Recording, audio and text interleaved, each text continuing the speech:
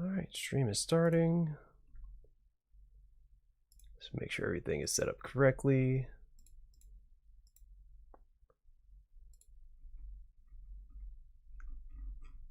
I don't see anything amiss. Alright, should be all set.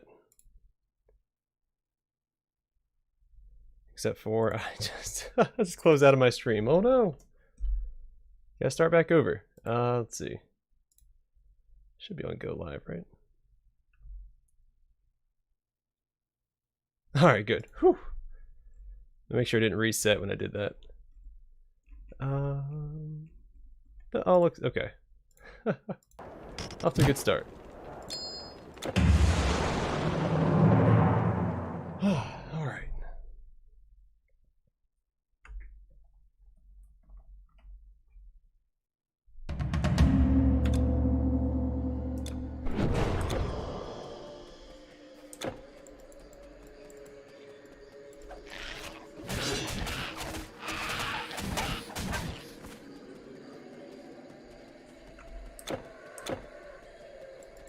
This part shouldn't be too bad. I'm hoping this quest doesn't bug out on me again.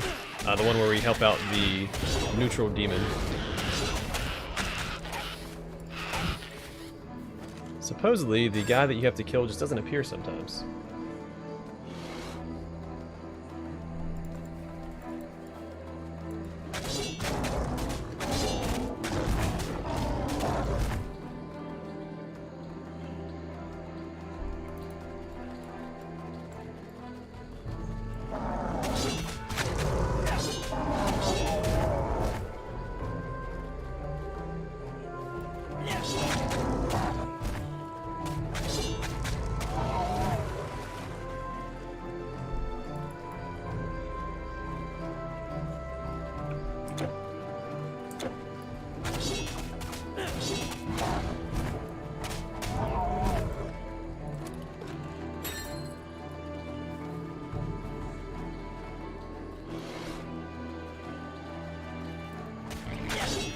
Yeah, it might be worthwhile running ahead and grabbing the Rebirth Shrine.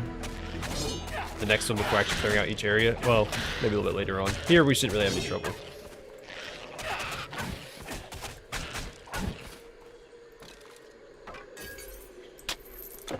But when we start running across those enemies that give me a ton of trouble, it might save me some hassle.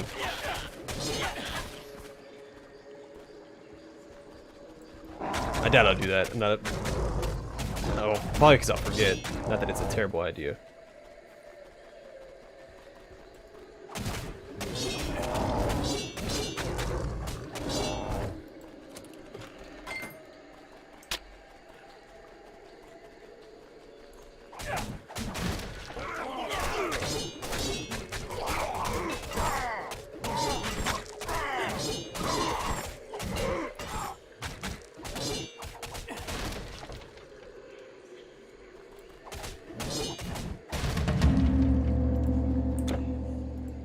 It? Okay. What do I have to do? Turn to Callicrates. Okay. Assume he's back in the Plains of Judgment.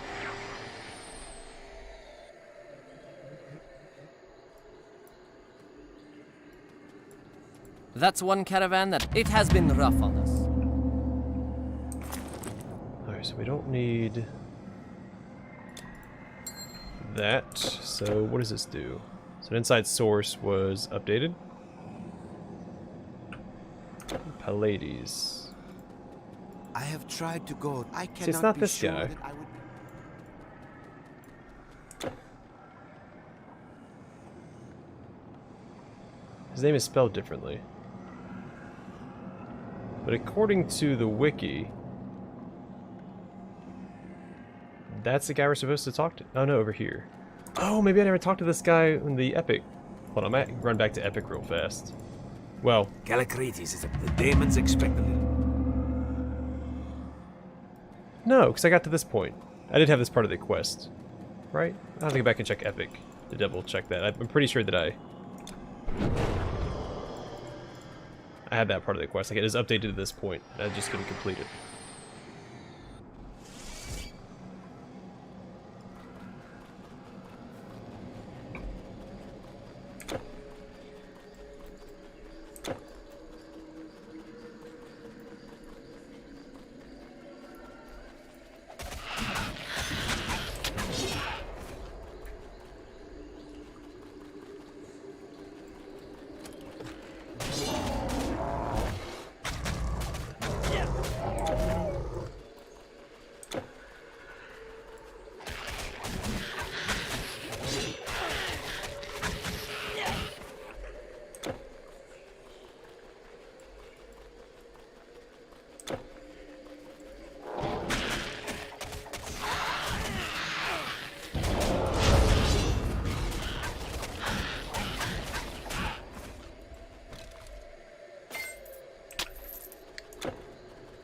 Alright. Casual 10,000 experience. Almost 11,000 for killing that hero unit.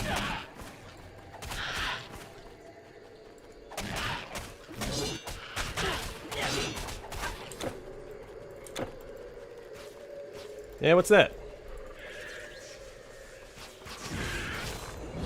Or as Master Oogway would say, there's no good news or bad news, only news.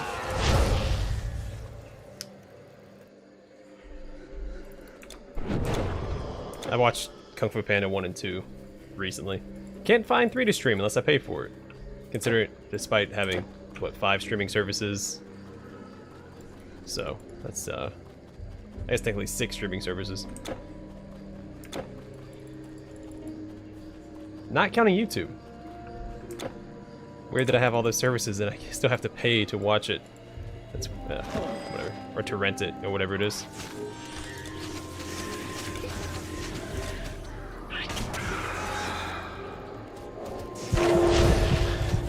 Oh, those wisps are, the wisps are units. Okay, so I can attack them.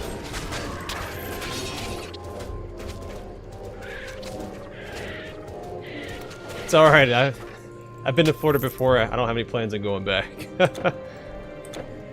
I was stationed in Pensacola for a few months, and that was, I mean, it wasn't Florida's fault, but... Well, it partially was. The humidity is killer there. I hate humidity so much.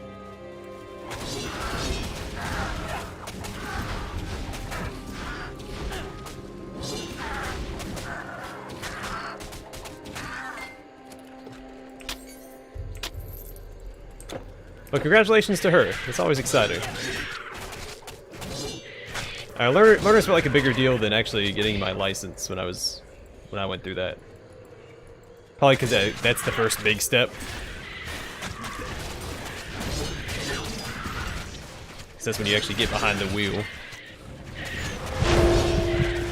Alright, hold on a second. Let me circle around these guys. All this fire damage coming my way. Only got 2% resist, man. Yeah, it's been really hot here too. Well above average.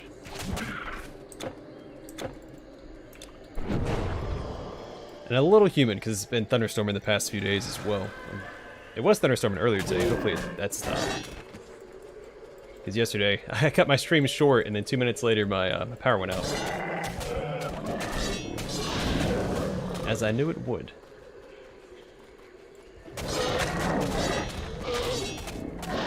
Did you find the Hyundai for? Or is he using your car for now? It was a Hyundai, right?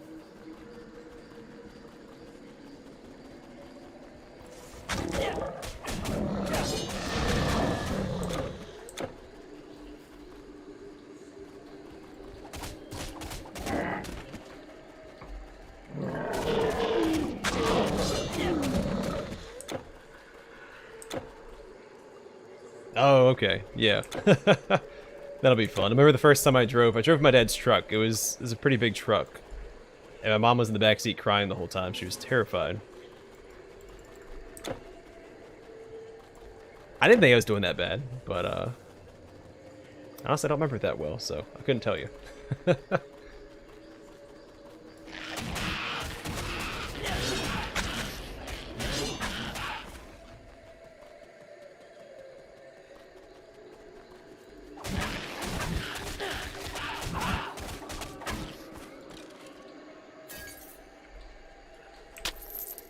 Bonito Bobito. That's really exciting.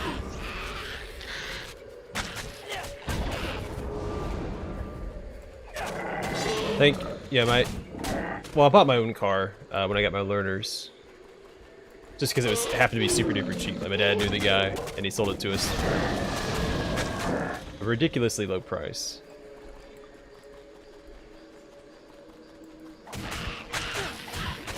It's also a pretty big deal because once I got my learners, that's when I had a job before my learners, but they was working with my dad over the summer, and then it was in the school year when I had my learners, I had to get like an actual job.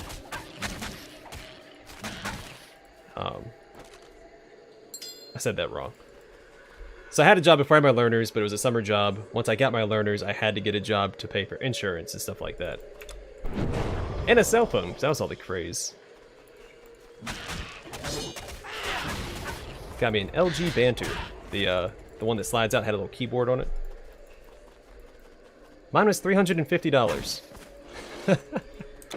It was cheap, but I mean, it was a good car, an extremely good car for that price, an absurdly good car for that price.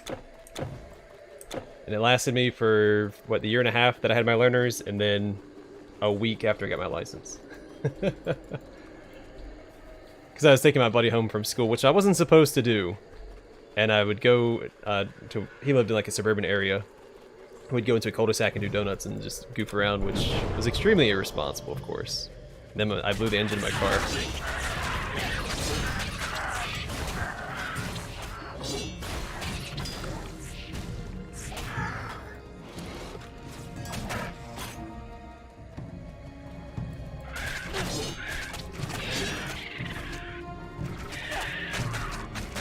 Good times though, because I had that during the summer, and it didn't have AC. And then I got my other car just in time for the winter to start. My new car didn't have heat. So A human heat. These shades don't have it.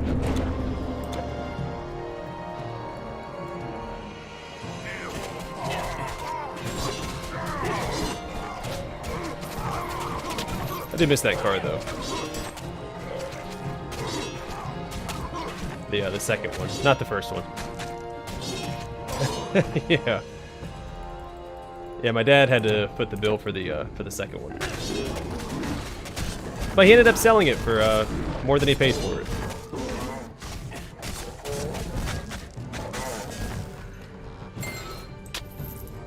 I do remember I had a little bit of trouble with it because we changed spark plugs.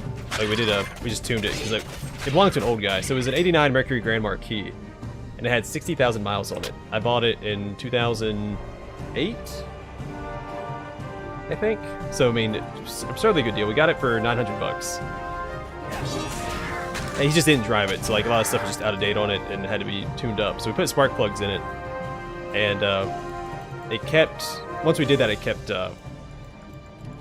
jerking when I accelerated, which we assumed was a spark plug issue, but we couldn't find anything wrong with it. Turns out there was like a hairline, just a hairline crack in one of the spark plugs, like almost impossible to see. So the only way I could drive it without it like constantly jerking was to constantly accelerate, so I was just flying down the road all the time.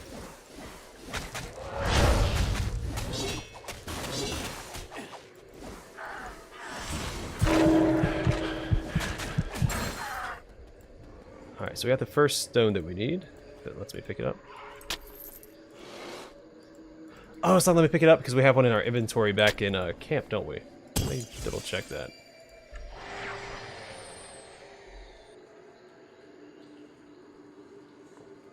I was just got a little truck. My dad was gonna give me his because he got a Jeep. He had a little work truck. You've nothing to do with those demons, have you? But since I didn't get that house, I don't have room for it, so I had to turn it down.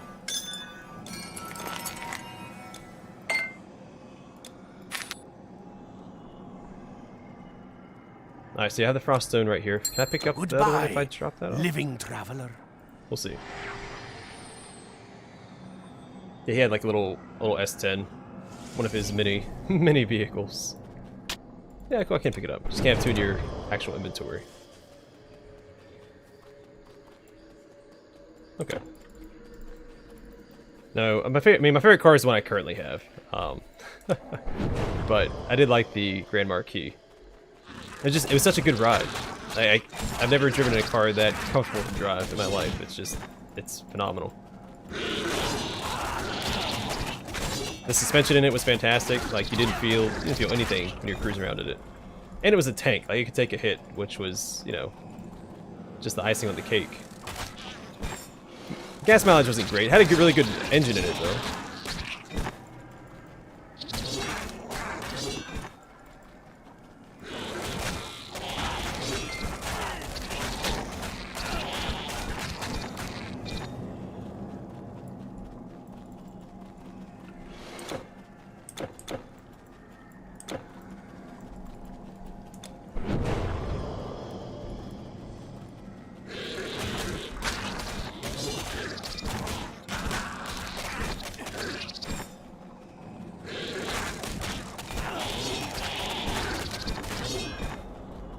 And it hardly had any wear on it, because again, the guy hardly drove it.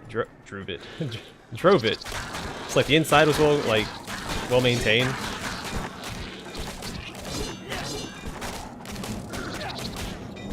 Which isn't a huge deal, but it's a nice thing to have. They had the big bench seats. It didn't have like a center console.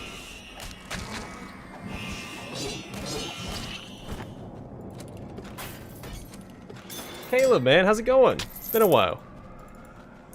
How have you been? Yeah, I got into a couple accidents when I first started driving. The first one I was taken, so my then, at the time, girlfriend, current wife, we got into a small argument. I was working at McDonald's at the time, and our McDonald's had been just renovated, and they had like a special opening, and I'd worked that night. We got into an argument, and she left her purse at McDonald's, so I had to take it to her after work, which, again, I wasn't supposed to do. My parents were supposed to know where I was going at all times in the car.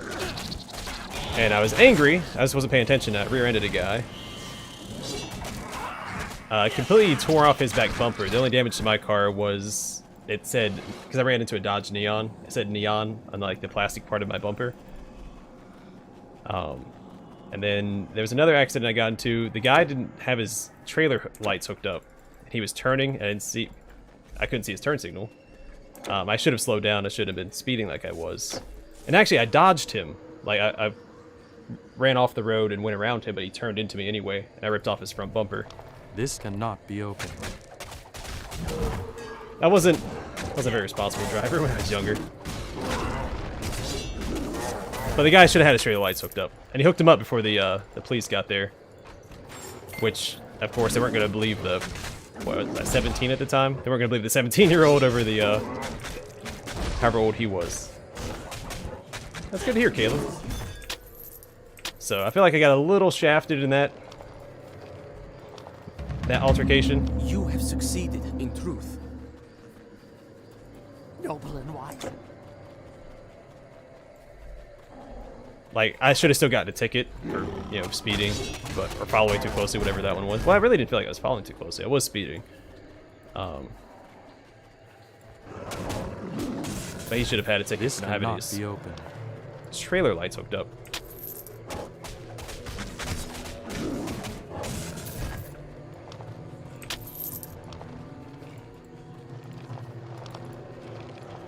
Hey, like him? Welcome to the stream, man.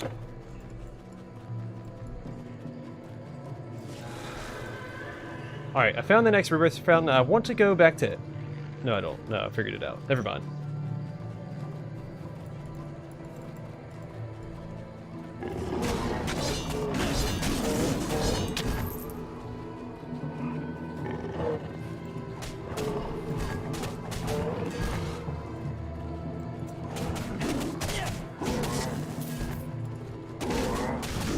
Oh yeah, and I got into another accident in a parking lot. Like, this all happened within like a year of each other, I want to say.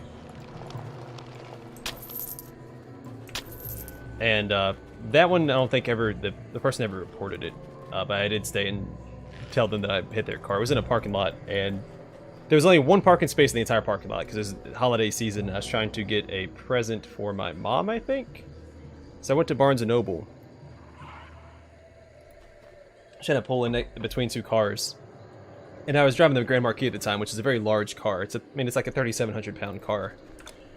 And I knew it wasn't going to fit, but like at the time, it's like, there has to be, I have to park here or whatever. And so I tried it, and I didn't fit, and so I scraped up against the van.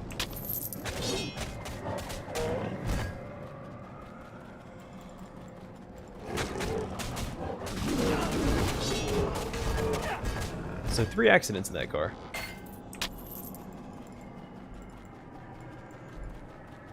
I was a really cocky driver, and I should have been. I know better now. Yeah, she wonders why I don't get anything for her birthday anymore. That's why.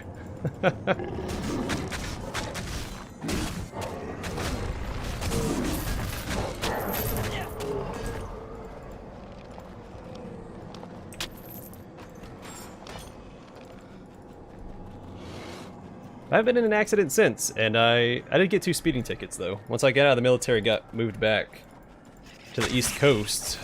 Within a month, I got 2 speeding tickets. One of which I feel like I could have argued in court because there was a tractor trailer stopped on the side of the road because I was driving through like the main street of a town, like a smaller town. And there's like a tractor trailer on the side of the road that had blocked the speed limit sign. And so I didn't realize that had been a change, and so I was going 45, I think it was like a 35 zone. And like the cop even got behind me. I didn't realize he was pulling me over at first. I just continued going 45, I didn't even try slowing down after I saw him. I feel like that should have solidified my case, but it wasn't my hometown, so I didn't want to like drive all the way back up there to go to court because it was like 2 hours away. So I just paid the ticket. Said screw it.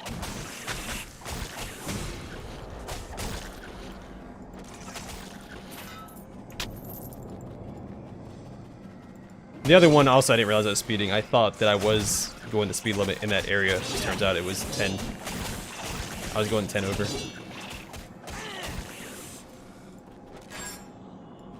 So I thought it was a 70, but it was a 60.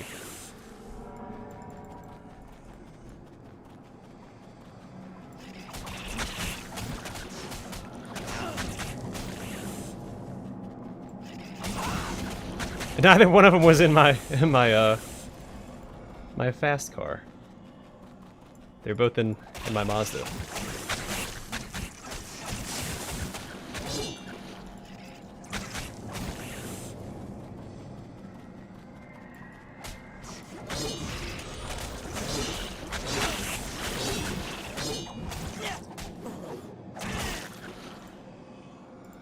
Oh, let me put this chest. There we go. Oh, sorry, this is the mirror for the other quest. That's right.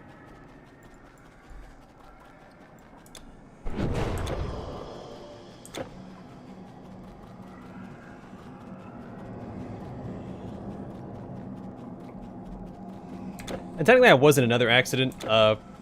Again, my wife now, girlfriend at the time, was driving her car. And we were stopped at a red light. And a deer just rammed into the side of her car, like full speed.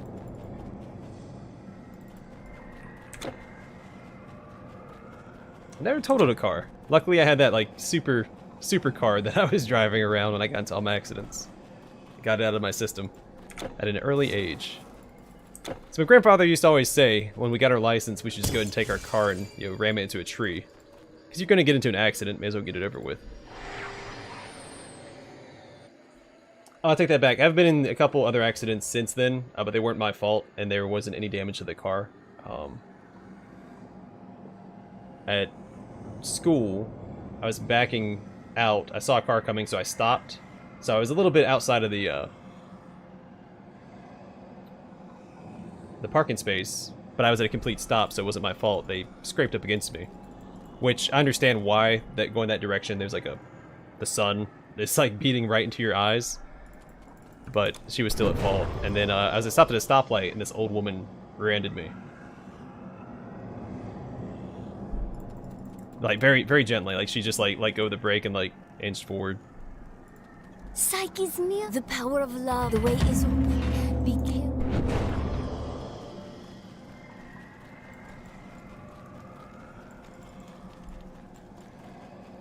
Yeah, I'm surprised I haven't got more speeding tickets. I don't really speed anymore, but I used to.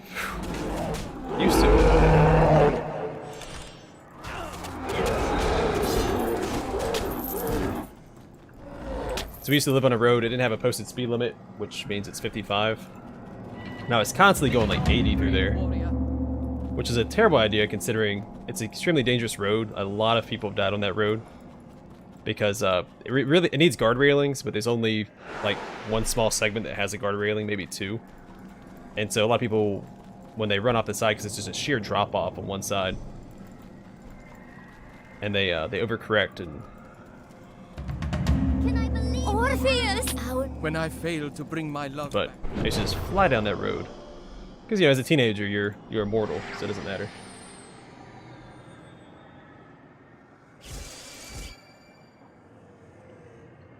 They turn into vampires? That was a terrible joke.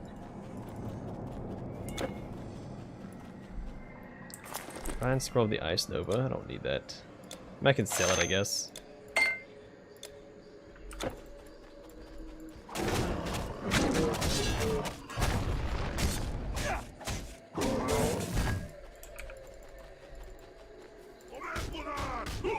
Oh, not attacking.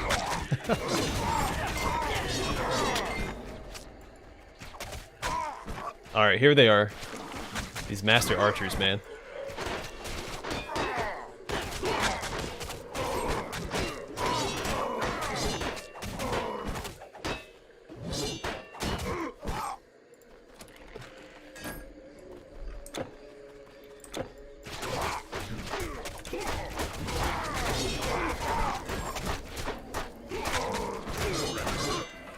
Alright, one or two of them's not too bad, but I might have to swap to those Blackbeard's booties that I have.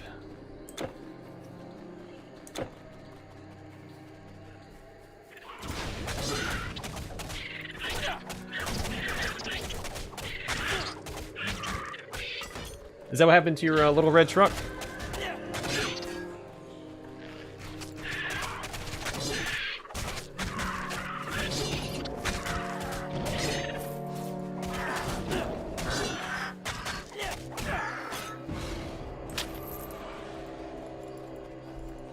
Actually, I had to get a dash cam because people kept trying to run me off the road. I don't know what it is with minivans. Like, they have it out for me. I guess they heard about that altercation or incident I had when I was a teenager and scraped up against the one in the parking lot. But, like, I get nervous around minivans every time. If there's a minivan near me, they try to run me off the road, they cut me off, they do something that has to force me to go into, like, defensive mode.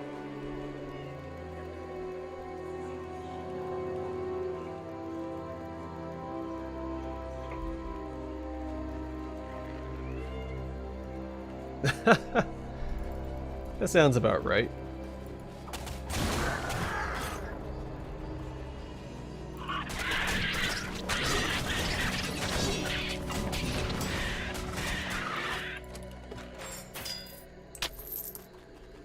So we have two hospitals that are really close to each other, but I don't think one of them has an ER.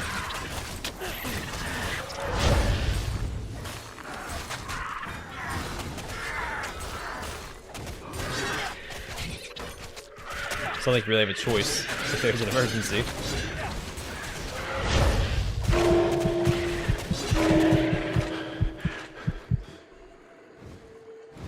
Chevy Cavalier. Oh, let's see, have good taste. I grew up in a Chevy family, so that's our default make.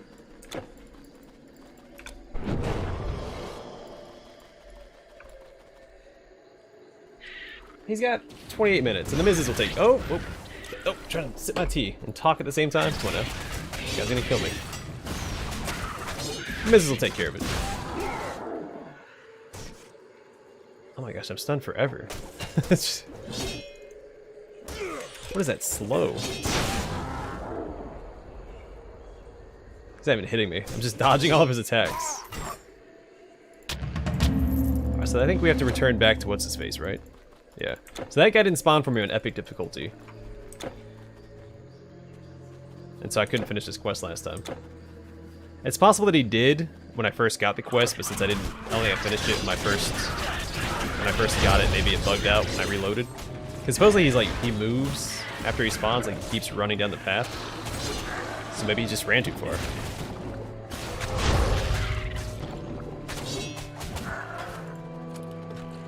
But he did get fed a little early today, so I understand if he's a little... I mean, he got fed half an hour early. Because that's when we were done making dinner.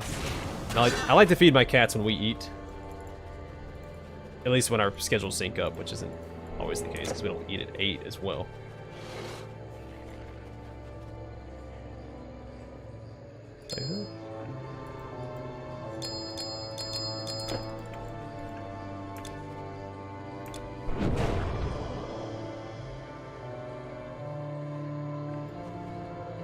Yeah, I have my Mazda. It's gone back and forth to the East Coast, to California, what? It's made that trip 6 times? Well, not in total, so three full trips back and forth.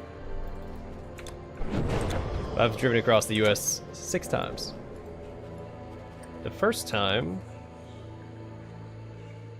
was by myself.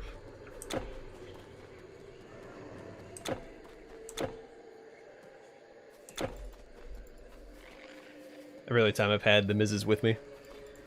I sent one of my... It would seem that working for... Granted, that car's only 7 years old.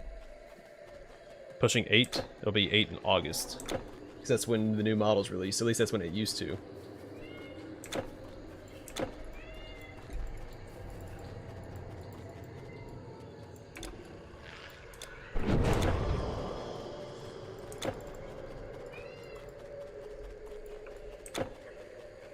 Not even really like a Mazda fan. I mean, I've enjoyed the car. It's a good car. But mostly got it because it was on sale. And the sale, which was like $5,000 off, matched up with my truck that I was trying to get rid of. It had $5,000 of negative equity.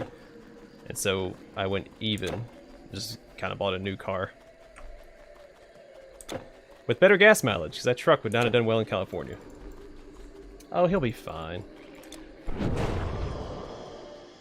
Because, alright, so his schedule right now, he gets fed at about 3 a.m. every morning. So when I get up in the morning, I feed him before I take my shower and stuff. That's the first thing I do is I feed the animals.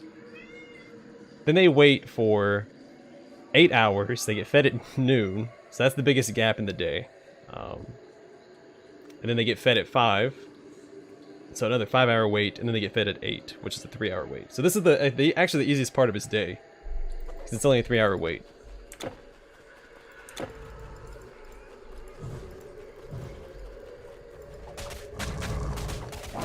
It's really just being a baby. It's possible that also he just wants in the office, but we have a bunch of stuff in here for packing that, because we're planning on moving. So there's like plastic and stuff laying around. And he likes to chew on that. Actually, let me double check. Do I have... Yeah, I still have a box behind me with plastic in it. Yeah, that's what he does. He thinks he's starving. He's not. He's got a very healthy diet. Unlike poor Maru, the other cat, he has to eat every, like, 12 hours.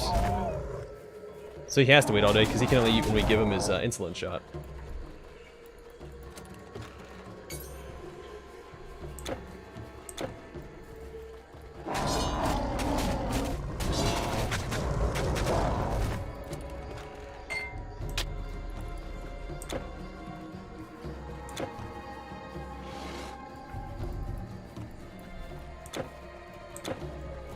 And he's confined to a smaller area than the other cats, so he has less to do. Though he's taken a real liking. We gave him a little pink like plastic ball that has a bell in it. He loves that thing. Granted, it's probably the first toy he's ever had. You know, being a feral cat like that. But he adores that thing.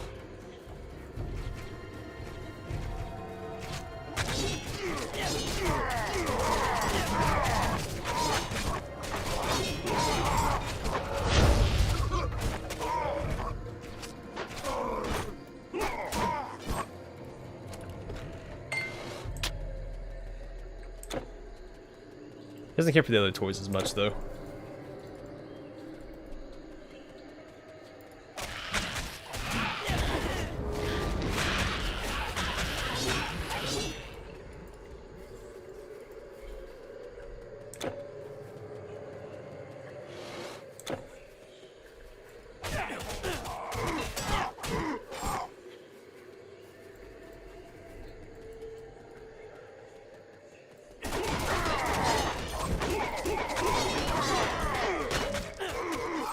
So I think I've picked the next game I plan on streaming. Not 100% decided on it yet, but the Tribes of Midgard game that's coming out. I'm going to finish this game before I play that one, but that one comes out tomorrow. So once this is done, I might jump into that, because that'd be nice. An easy game, I think, to stream during the school year, since it doesn't really have like a definitive ending. From what I can tell, it's more of like it's a roguelike almost, and how it works. And since my streams will be less consistent during the school year, I'm expecting, I think that'll match up my schedule nicely. Hopefully it's fun. I mean, from what I've seen, it looks pretty fun. I'm not usually a big fan of like the crafting, survival games like that, because again, if you play one of them, you played them all. But I like the aesthetic, and the crafting seems a little bit more streamlined. It's not as grindy as other games. Based on what I've seen. And it's pretty cheap. It's only 20 bucks. And it's you know, based around Norse mythology, which is my favorite mythology. And one of my many passions.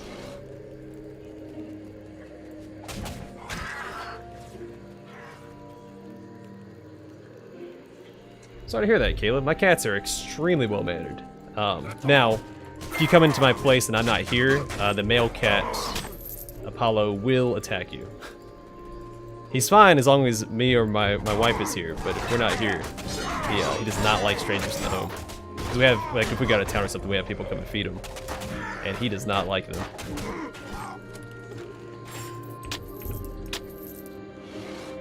Tribes of Midgard. Here, I'll type it in chat. I could have just posted a link, I think, but that's faster. It's up to 10-player co-op, too.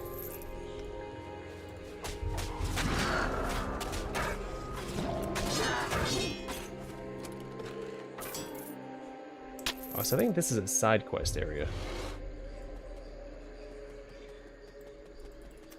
Someone mentioned this, the Necromention quest like that, I think. I don't know if you watch ACG or not, but he posted a review in progress of it.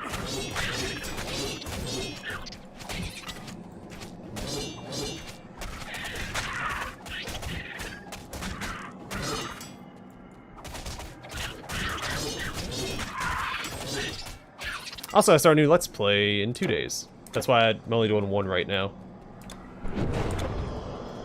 Because I want to jump into something else. And there's nothing else, like, no, like, one-shot games I really want to play. Oh, hold on. I gotta take this guy out before I do anything else.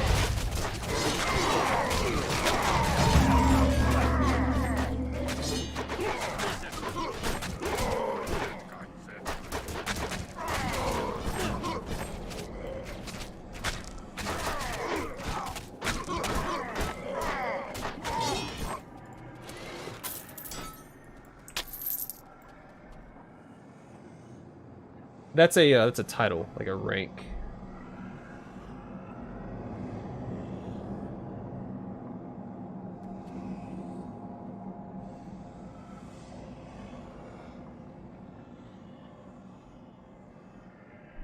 It's from Norse mythology. I think it means like lone warrior or something like that.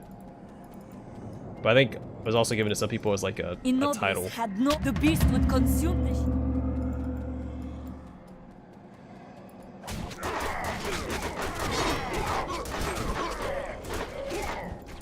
You actually fight some in this. I think some of them. Because I think the.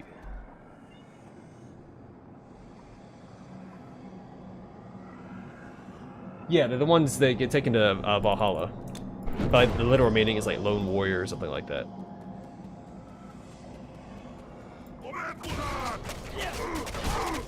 Because the premise is you play as a warrior from Valhalla, you get sent back to Midgard to help prevent Ragnarok.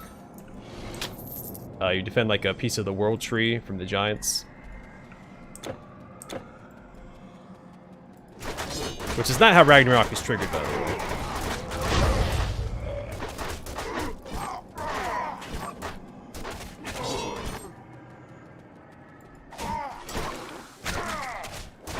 What is it? It's something to do with the, I think this.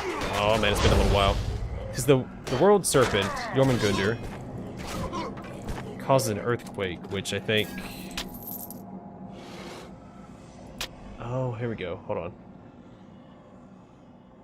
I think that's what causes like the acid that's dripping from the snakes. So Loki's currently in prison for killing Balder, or tricking is it Halder into killing Balder. And his punishment, he's strapped to a rock and a snake is dripping venom in his eyes. What's her face? Sigyn, I think, is like holding a bowl, trying to stop it from dripping in his eyes, but it spills over and gets in it anyway. I think with the earthquake, he gets freed because the acid lands on his vines or something. Oh shoot, it's been a while. And that's also how Fenris gets free, is from the earthquake. Then he eats the sun and the moon. Fenris eating the sun and the moon is the actual catalyst that causes Ragnarok. And then there's everybody who's like destined to die, and like Odin gets eaten by Fenris. Thor kills Jormungandr, but is killed by his venom after walking 9 or 13 paces. I can never remember how many paces it is. Also, Thor, I think, is the only Aesir not to come back after Ragnarok. Because Ragnarok is supposed to be like the end, but also the beginning, so after Ragnarok, everything comes back to life. It's like a rebirth from the ashes, because Surtur turns the world to ash after the happenings of Ragnarok. Then everybody comes back, except for Thor. I'm not sure why. Because it's weird, because Mjolnir actually has the power of resurrection. That's not really explored in like Marvel. But Mjolnir has the power to bring things back to life. And actually, Thor's chariot is pulled by 2 goats. And he would kill them every morning and eat them for breakfast. And then he'd bring them back to Mjolnir and have them pull his chariot after.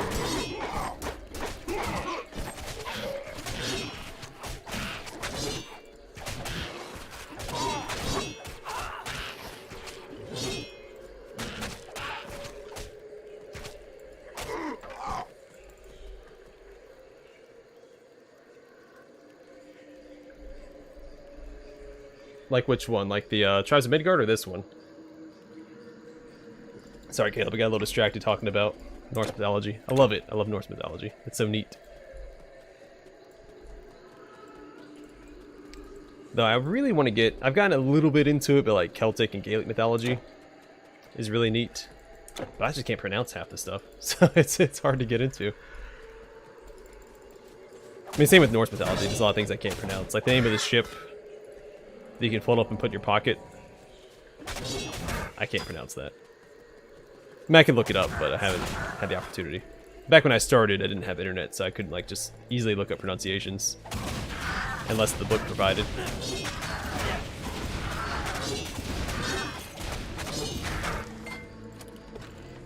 So I'm trying to go back and retroactively relearn some of this stuff now that I can actually look up pronunciations.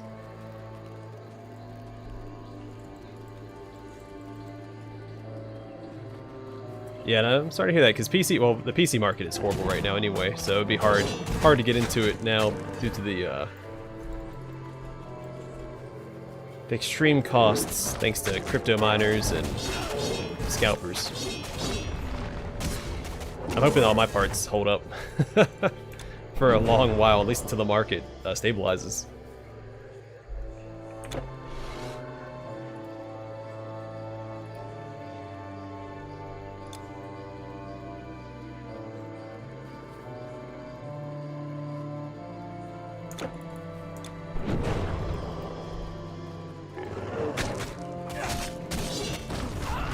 Actually, I bought a book recently. I haven't had a chance to read it on several mythologies that I need to dig into.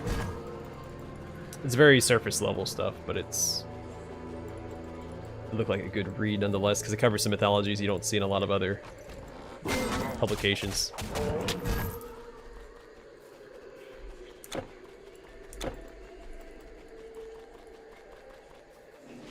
And the cover looked really cool, which is also good. Good attention grabber for me. I'm a sucker for good art.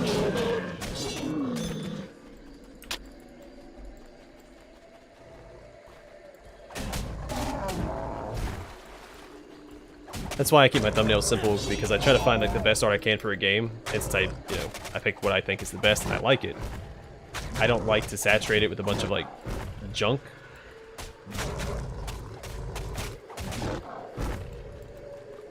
Yeah, so I worked hard on that art. There's no reason to cover it up with a bunch of nonsense. I also don't like stuff when stuff looks busy. I like simple, minimalists, keeping it clean.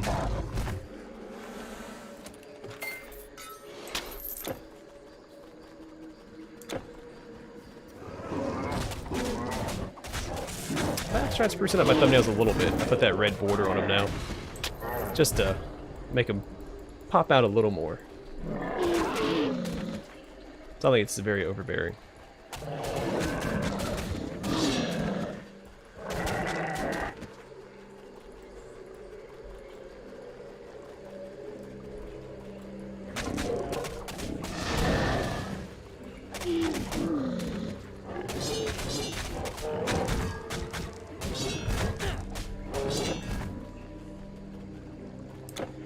Matthew, you said you totaled 2 cars. We only heard the story of one of them. What was the other one? If you don't mind telling.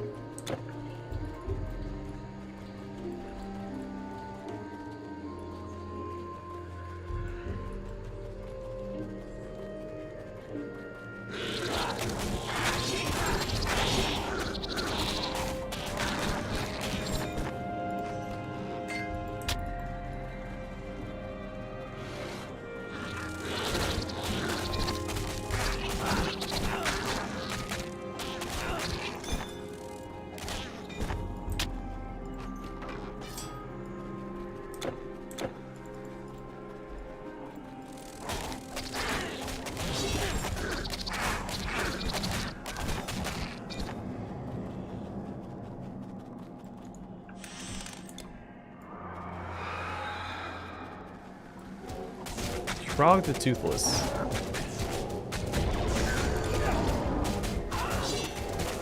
Alright, come back over here, buddy. Fight me right here. There we go. So that's the dust of a Titan.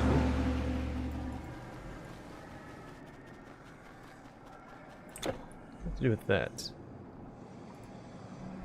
Deleta.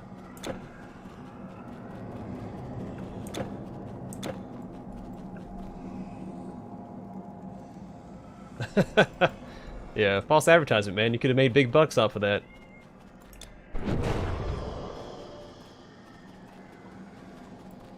Despite living in deer country, I haven't had a lot of run-ins with a deer. I mean, I see them all the time, but I've never hit a deer. I've hit 2 animals. There was a rabbit that hit my car. I had stopped and it hit my car. It lived. And I ran over a turtle one time, and that still bothers me. I feel terrible. I took an exit off a highway, and he was like crossing, like right there in the curve, like right beyond line of sight. When you took the exit. The ashes of yes, I have kept a pit.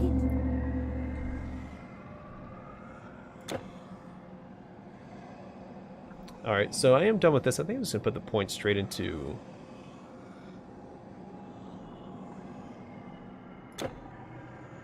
lasting legacy.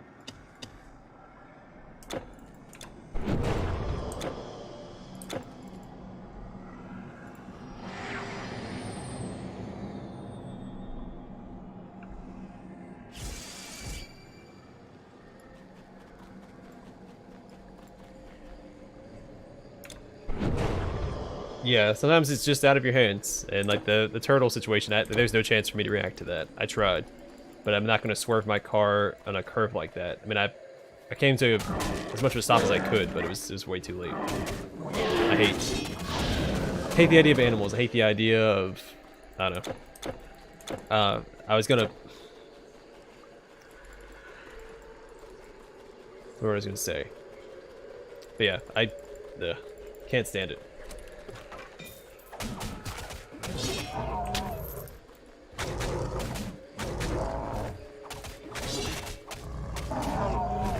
I'm also very conscious. Like if I see like deer on like the side of the road, that usually means there's more deer around, so it means to slow down. Some people just keep like plowing on through. Like they don't have a care in the world.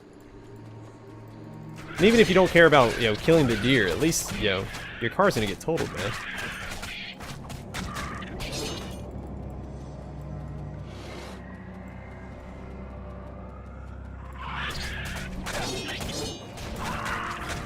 My mom when I was younger hit a cow.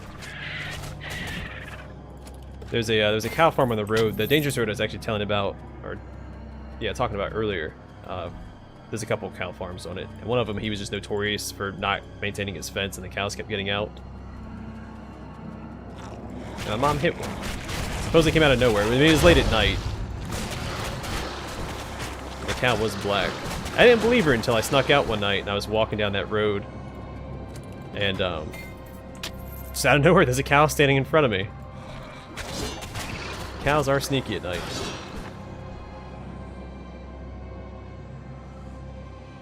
Hey, Destiny Rose. Well, hey. You should give it a shot. It's pretty fun.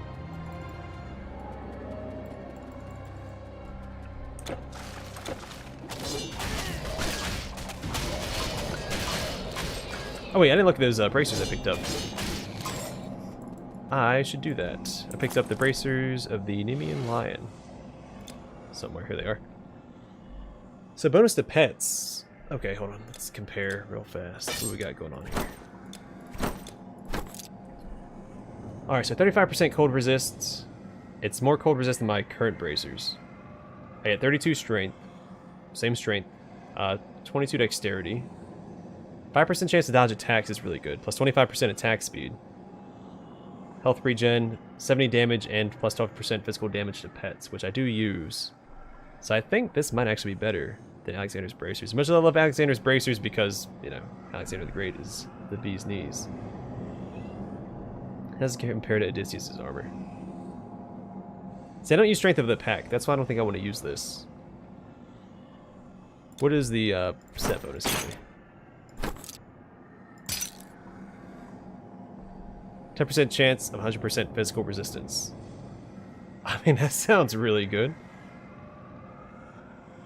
Yeah, well, the cow survived. I had a nasty scar on the back of its head. We could see it from the road. I mean, the cow was fine. The car was totaled, though.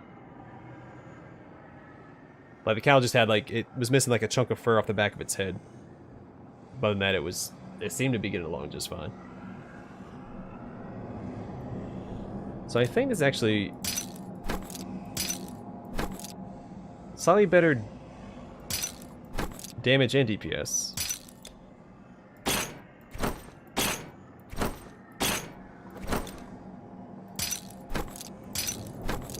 Alright, so I think we'll use the bracers, the Nemean Lion for right now. Plus it gives me a bonus to my pets, which is nice. Yeah. I mean, it's an upgrade, so why not?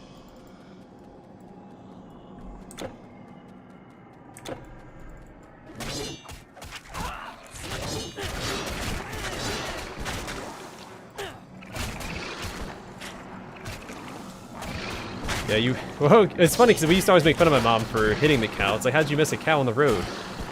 We didn't believe her that it was sneaky. Well, these things are, they are creatures of the night.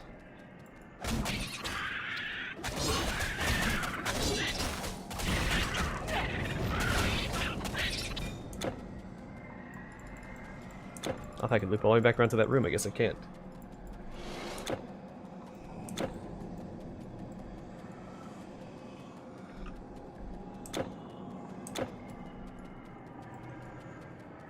I've done pretty good not hitting any animals, especially living in a temperate climate like I do. San Diego was a non-issue when I was living there because it's all highways. I don't think I saw roadkill in San Diego. Take care, Matthew. Hope you enjoy the stream, man. It's good talking to you. And congratulations on your daughter's learners.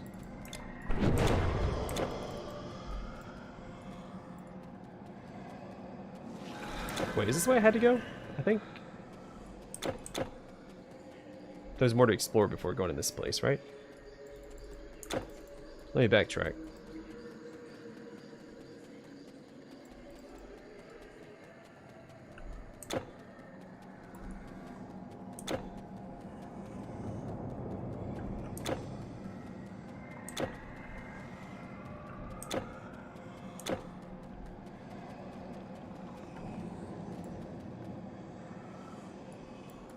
Yeah, I mean, it's just very... There's not a lot of places for, I guess, wildlife to live. Like, I don't remember really having issues with bugs there. I think on the flight line I saw like a swarm of bees once or twice.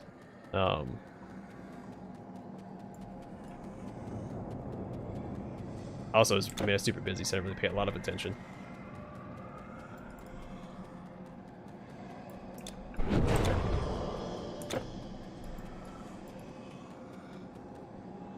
Oklahoma. I think Oklahoma, when I drove through Oklahoma, had the worst, like, roadkill ratio I've ever seen in my life. Like, every mile there was a dead skunk on the road. I don't know what it is with Oklahomans and their vendetta against skunks, but they have one.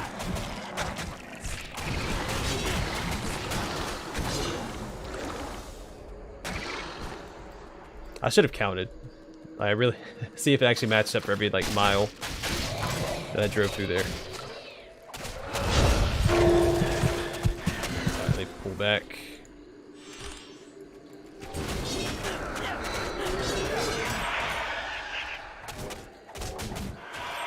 Yeah, we get some, actually where I live now, we get some really brutal roadkill. We'll drive down the highway and you see like a blood smear. It's like, oh hey, something got hit here. And then you just keep going down and like that animal got drugged like all the way down the highway. There's just like a red smear for miles. Oh, I'm gonna die. Oh, nope, not gonna die. Suckers. Yeah, negative 75% poison resistance coming back to bite me in the butt.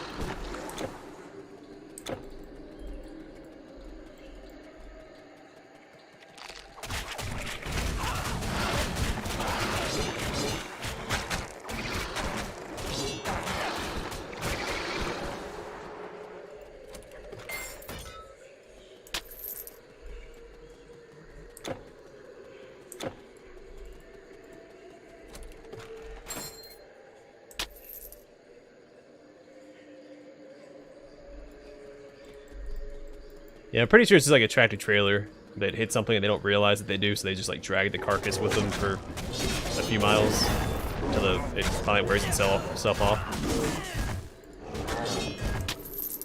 Symbol of the polymath.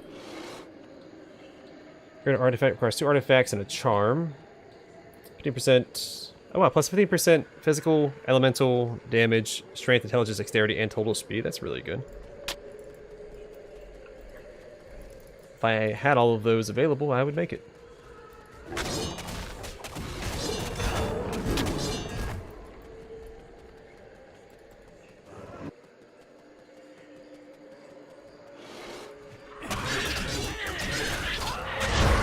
I thought I heard somebody back up the stairs. I didn't see him though.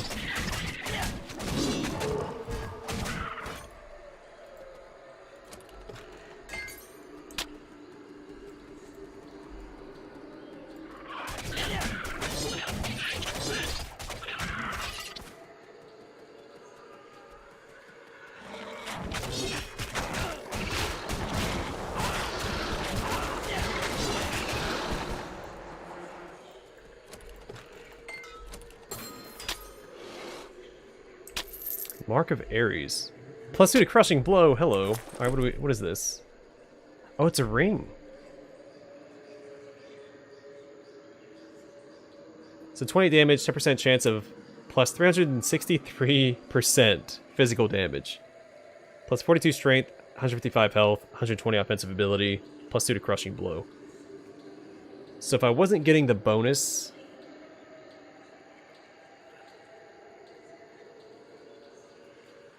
from having the 2 other rings equipped, I might swap to that. So what is... So Battle Rage versus... Crushing Blow. Where's Crushing Blow at?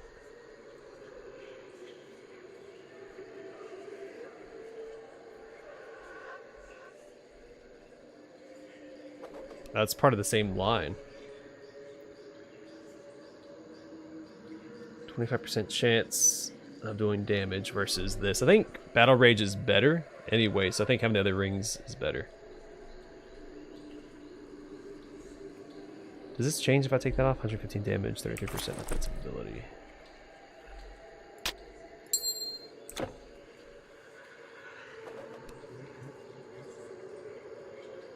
This reduces damage by a little bit. It's not a huge deal.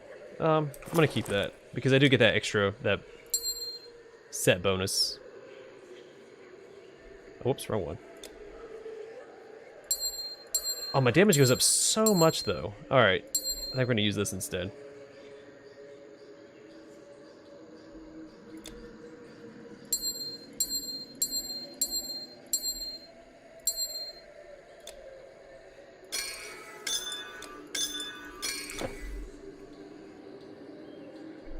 Oh, my character is very squishy. I just happen to have an amulet that I found a little earlier that gives me some lifesteal. If it wasn't for that, I'd be dying left and right. I mean, we haven't quite hit that difficulty curve yet.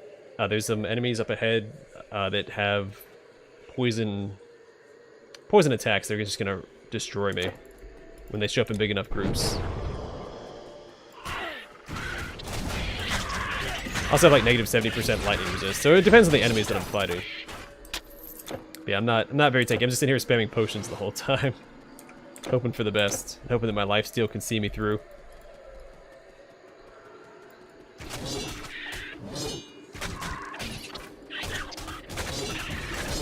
I also haven't put any points into health. I think they've all gone into strength and dexterity since the beginning. But these guys are a little dangerous because they do poison damage. Like, my health just disappear there.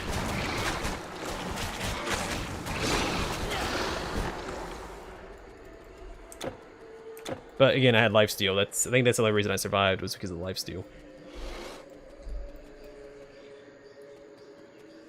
Yeah, I'm not grinding out for anything, so everything that I find, it's just pure luck. So I'm just playing straight through, hoping that I find good stuff as I go. And I've gotten pretty lucky, especially on Legendary. I just want a better helmet. I mean, the +3 to Rune to Life is okay. I also have all purple gear, that's exciting.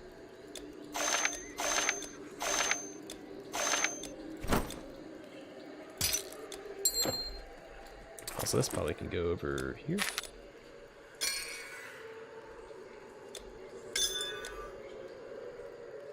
Yeah, that works. Yeah, especially with a build like this, which is built entirely on offense. So I have a ton of damage to heal off of. Oh, I hate this area. I think. I remember dying here a fair bit anyway. Yeah, what build are you running? Oh, oh. Avoid those little poison grenades.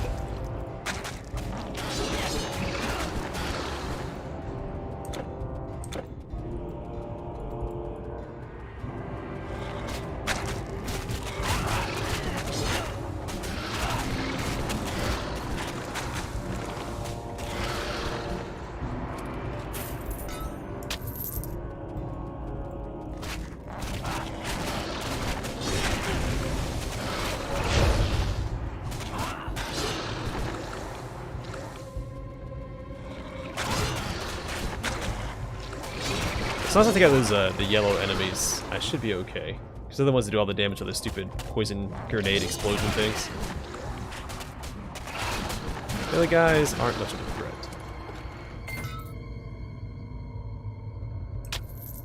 That's fine. I remember my first time I played, because really any build is viable. Well, at least any combination. First time I played Warfare in Nature, which, you know, isn't super optimal. Especially since all I used from the nature tree was the heal. Everything else I've just pumped into Warfare. And I didn't beat the game with it. I had a lot of trouble with Typhon when I was younger.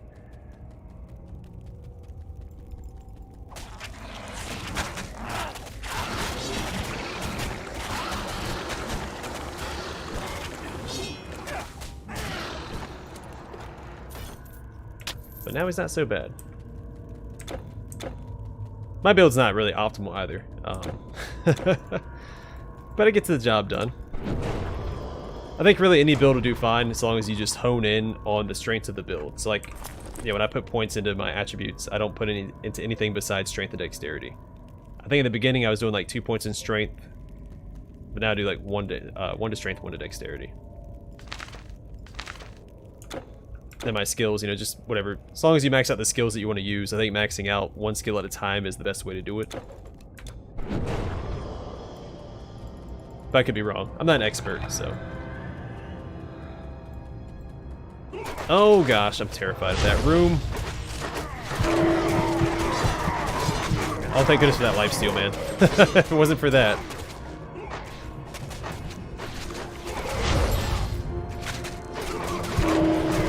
Hang in there, hang in there.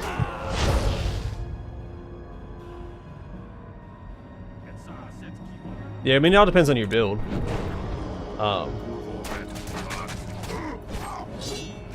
But even then, like, most things are viable in the game.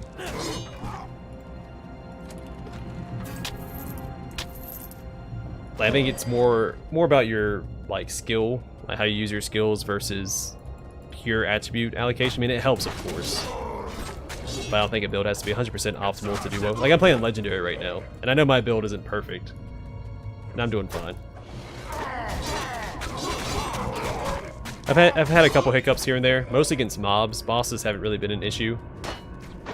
My build's very good against bosses for the most part.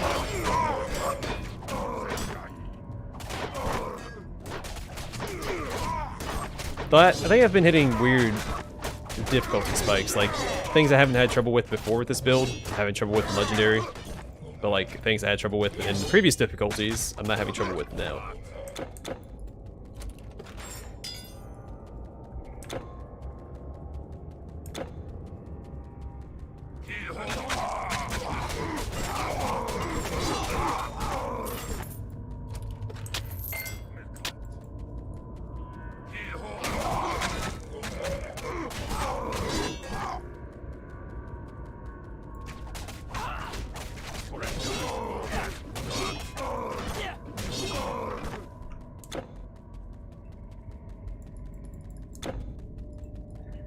Yes, they can.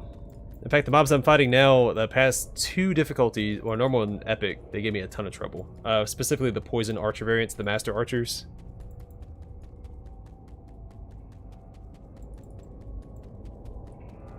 These guys right here. They do a ton of damage to me.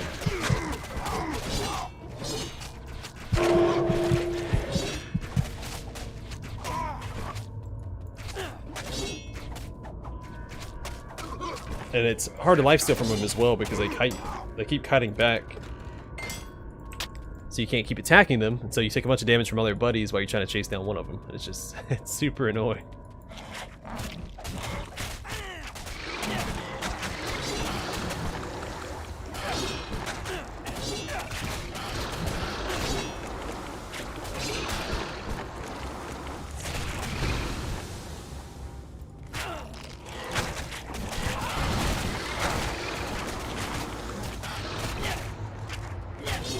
Yeah, I like a good challenge myself. I play a lot of difficult games. I like the, you know, the unique challenge each game presents.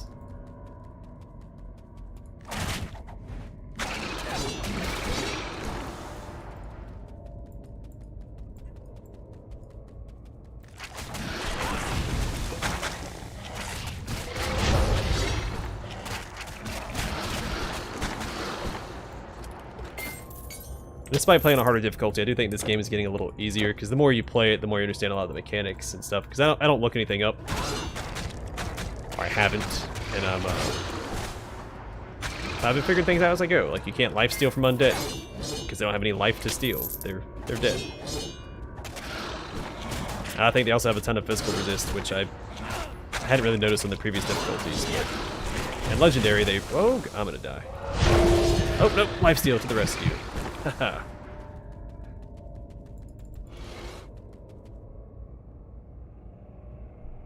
Yeah, that's my least favorite thing. Especially with this build, because I don't really have any mobility. I mean, the Rune of Life I keep casting gives me some movement speed. And then I have Sacred Rage, so when my health drops beneath 40%, I get a burst of movement speed as well. But it also scares them away when that procs, and so... it could just lead to all enemies running away and I don't have anything to lifesteal to get my health back up.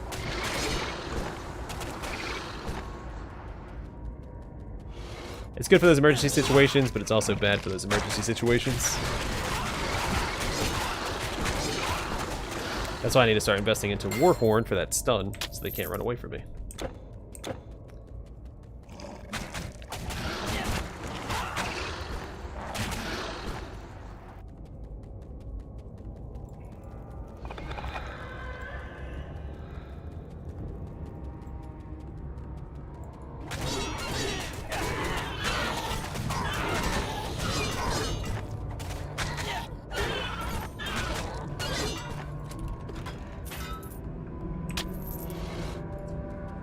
Yep, that's the truth of it.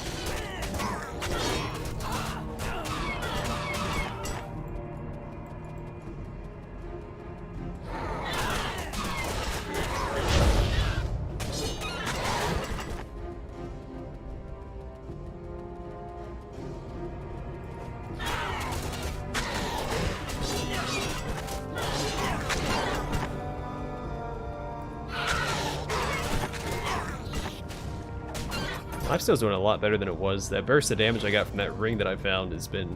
Whew, it's doing some work right now.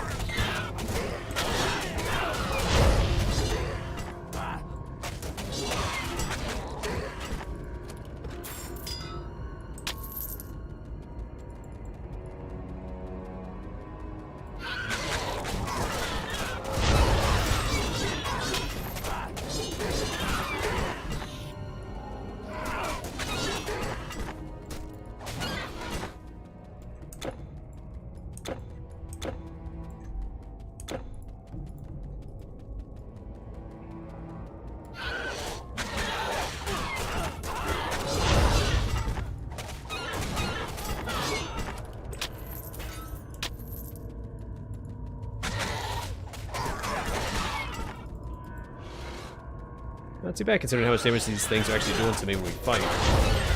They keep proccing my Sacred Rage, but I keep healing up super fast as well. I don't usually see this much of an exchange.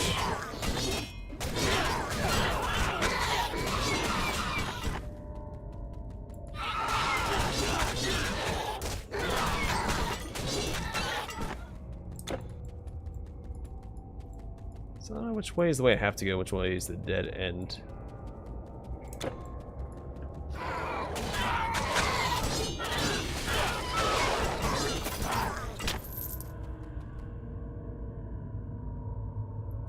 Yeah, these guys aren't so bad.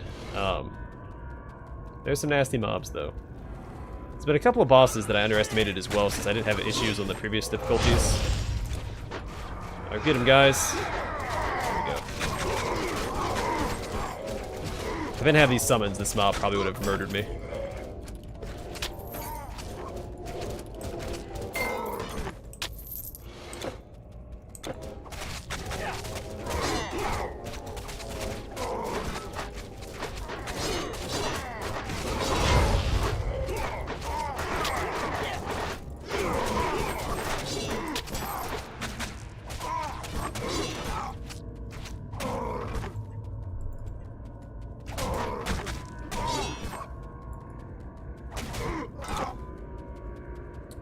So the other way was a dead end. I need to backtrack.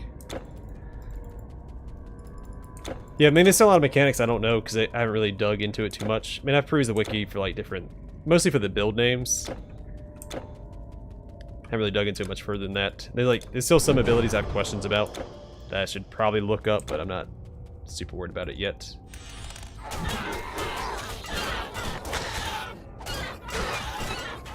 Alright, come here. Come here and fight me on my banner, please. No? Okay. Oh, she's a Venomancer. Jeez Louise, man. Alright, good. She's in my banner. Now's the time to strike. Sucker.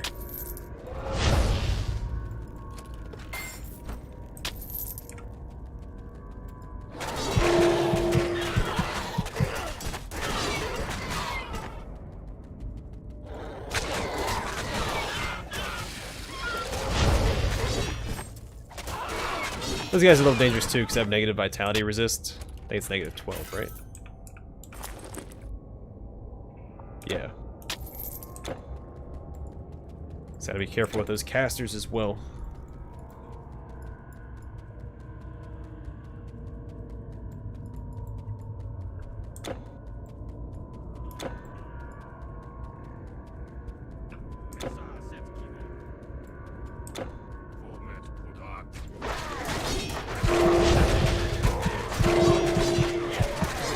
If I take out those Master Archers, I should be okay. Oh my goodness. So close to dying right there.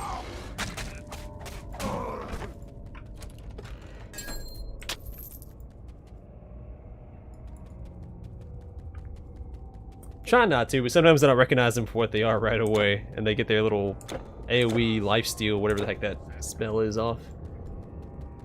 When I see my health disappearing, I know that there's a caster around. Actually, my build is fairly resilient against physical damage.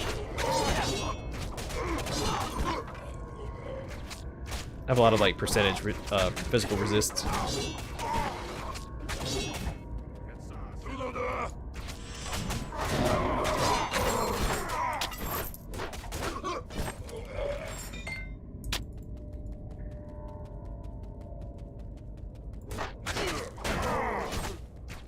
Well, except for against Pierce. Piercing, even with like, I have some inherent piercing resist with this class. But it's still a nasty damage type. Archers and spear wielders have it.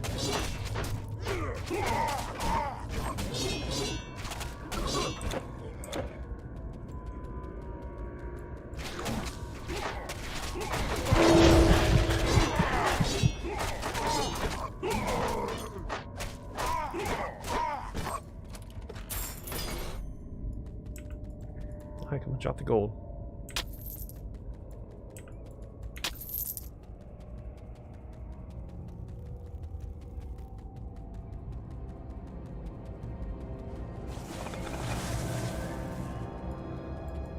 Oh no. Okay, frost. I thought they were lightning damage. It's like I'm dead here. But no, it's frost. I can handle frost. I've got 23% resist.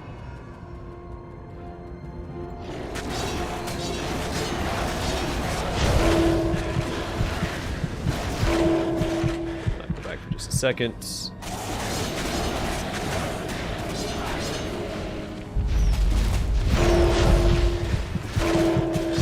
I don't lifesteal off those guys.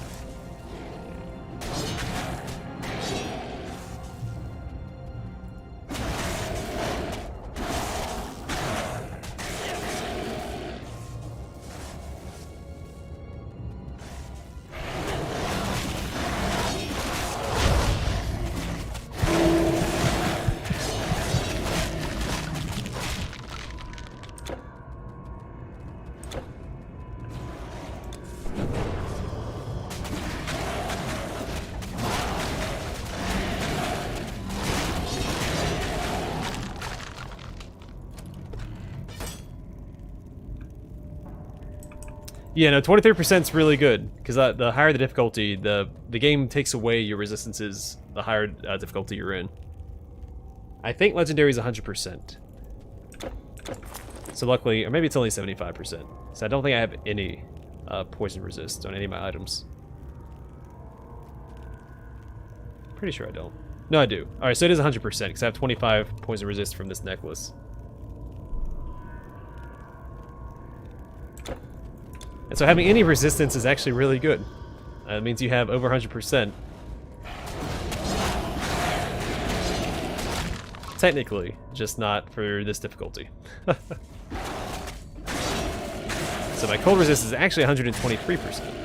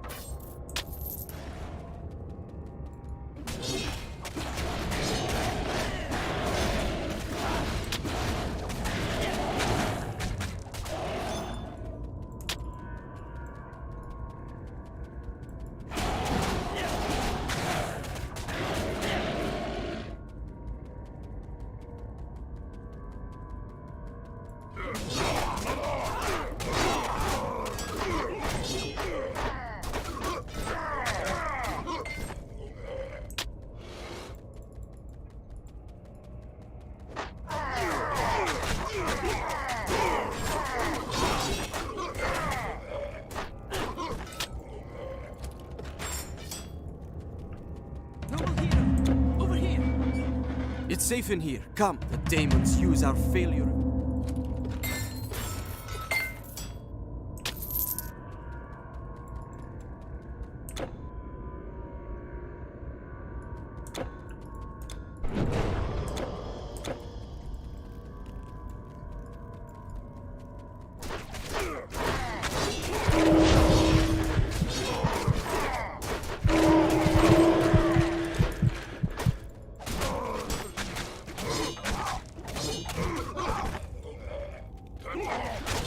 Come here, you. You're not getting away from me, buddy.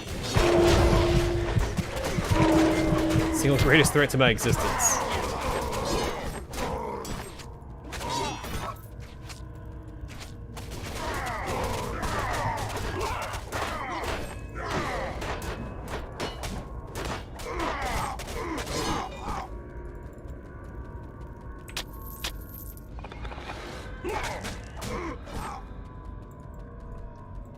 That's weird. This rebirth fountain is a little bit out of the way.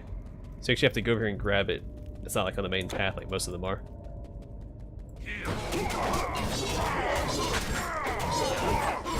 Agamemnon spear? What? That's some really cool stuff.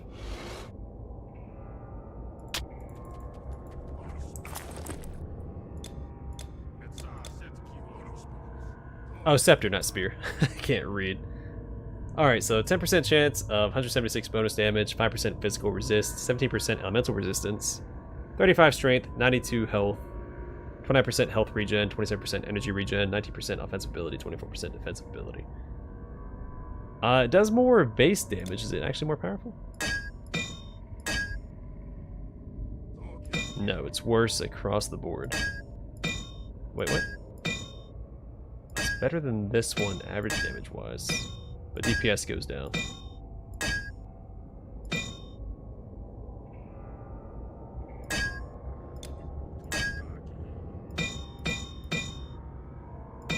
Yeah, I'm not going to use that. Attack speed is more important to ramp up my passives. Gives me a greater chance to proc all of my abilities. Just makes more sense to have more attack speed.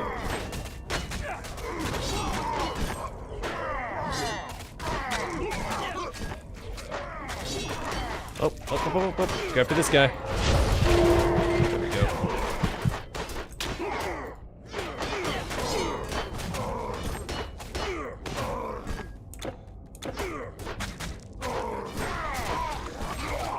Oh, nope. Where's he at? Come here. There we go. If I kill the Master Archers, I should be fine.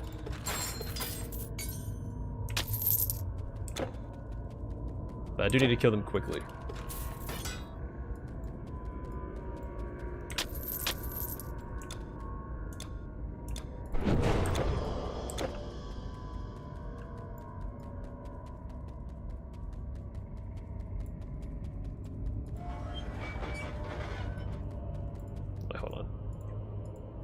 You cannot open this door.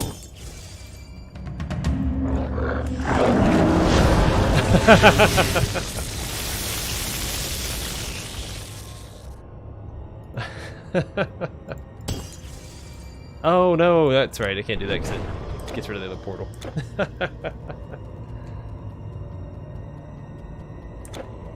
Well, I will say that there's probably better people to take notes from. I mean, there's some really good actual like guide content creators for this game out there. If you're taking notes from me, take them with a grain of salt. Alright, I'm gonna wait for my banner to come back. Hopefully not get one shot. I stepped on the crack and broke my mother's back there.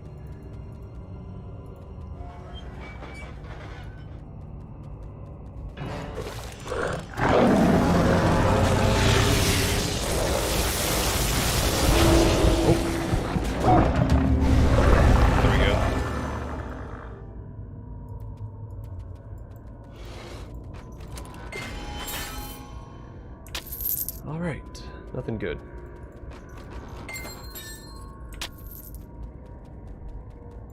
Oh, I should grab that experience before I move on. It's 220, almost 227,000 experience. Don't want to leave that behind. Mortal hero, greetings, great warrior. Greetings, Slayer of Titans. Thank you for freeing us, hero of Greece. When the rest of the Olympians left, Hades heard the call but would not follow. He condemned us to this prison, but we were the lucky ones. The heroes of Elysium are at this moment fighting his army. They have no hope of Yeah, that's what I lost for dying. but they fight on. Oh, you talking about what I gained or what They I await you. collected? For the blind Because when you die, you seer lose prophesied experience. that a living hero would save us all. I judge you worthy, for you seek to save what is good.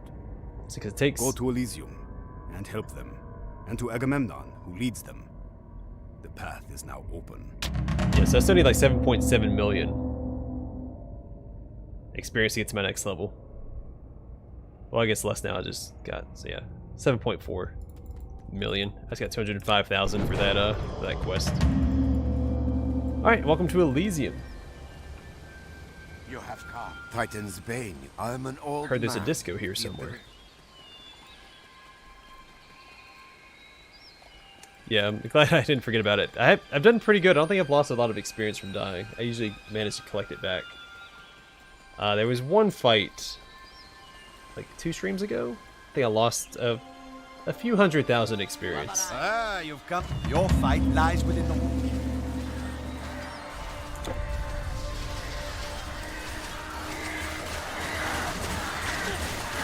Frost Reapers. Oh, come on. Why am I stuck? Oh, I'm frozen now. They got stuck inside that NPC? You can move through them, so I don't know, that's weird. I got frozen, but I couldn't move, I think, before I got frozen. Or was it after?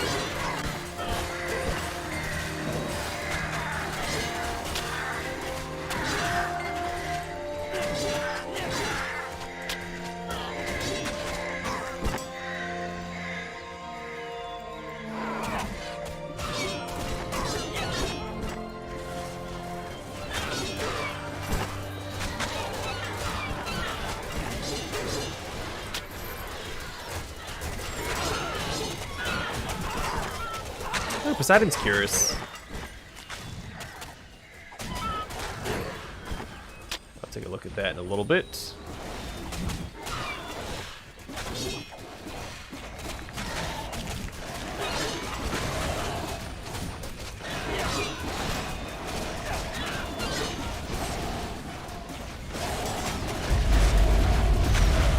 Oh, hold on. It's a Flame Lord down here we have to take care of.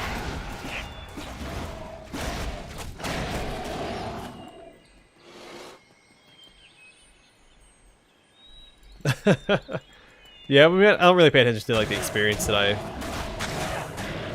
lose when I die. Because either way, I'm gonna get it back eventually, so no big deal. All right, so where's this Curious at that I found? Oh, that looks really cool. All right, so 47% pierce resist, 47% lightning resist, 42% poison resist. Okay. 28 strength, 31 dexterity, 500 health, 2 health regen per second, +1 to all skills and hunting mastery. I don't use hunting. I mean, in its own way, it looks really cool. Definitely doesn't match the aesthetic of my current outfit, but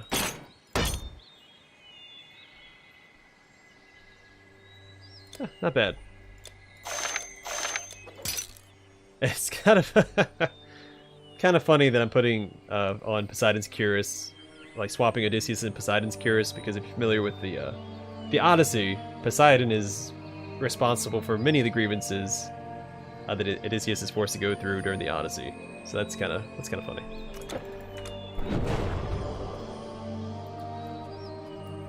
I used to. I get salty in multiplayer competitive games.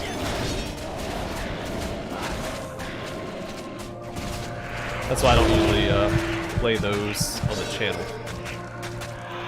So I get pretty competitive. But single player, it's usually I can blame myself for that. So I look for room to grow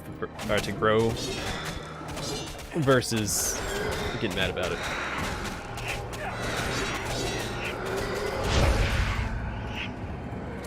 Multiplayer, on the other hand, depending on what happens.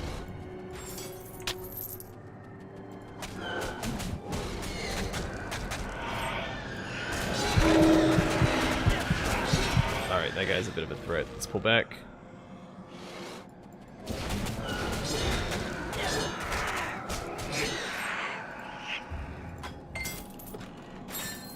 It also depends on the multiplayer game as well. Like slower paced ones like MechWarrior Online and stuff, I can, I just take it in stride. It's not a big deal.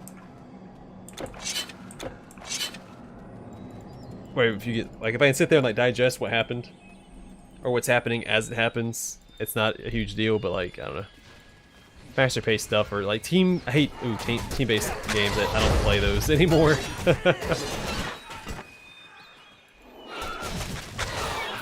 Used to play a lot of League of Legends and Rainbow Six Siege, and I just, not anymore. I've moved past that.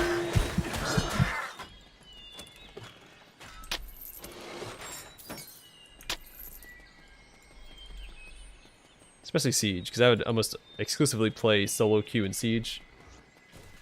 Which means I usually got paired with a 4-stack. Without my chariot, you are noble. These seeds of phalanx is Oh, that's I escort remember quest. riding in my chariot outside. Not a big fan.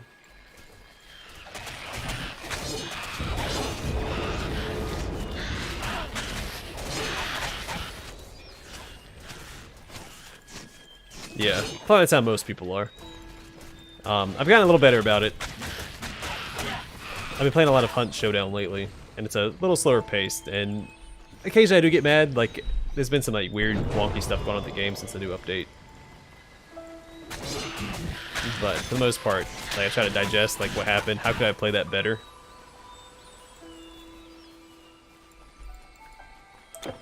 I've gotten a little better about it.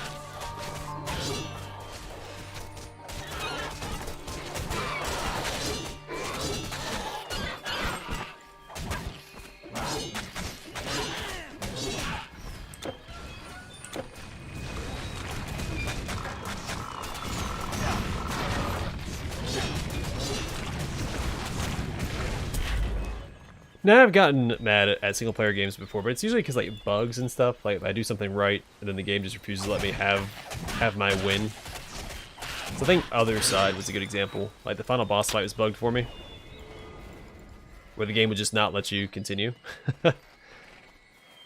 So I was able to beat the boss, but I couldn't actually beat the boss because the game wouldn't let me. That was frustrating.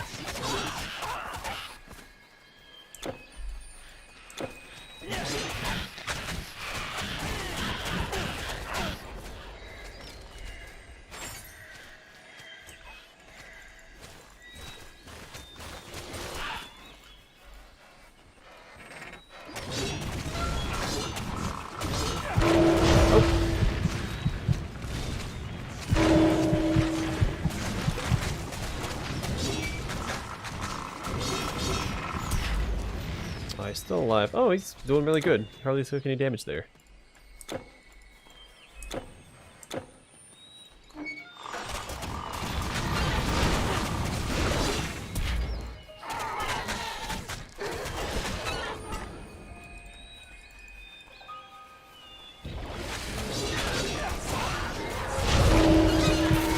Oh, well, I killed the boss. That's what I was trying to do. It just took my life. Let's see, I need to talk to... Is that guy still alive? Oh no, he's up ahead.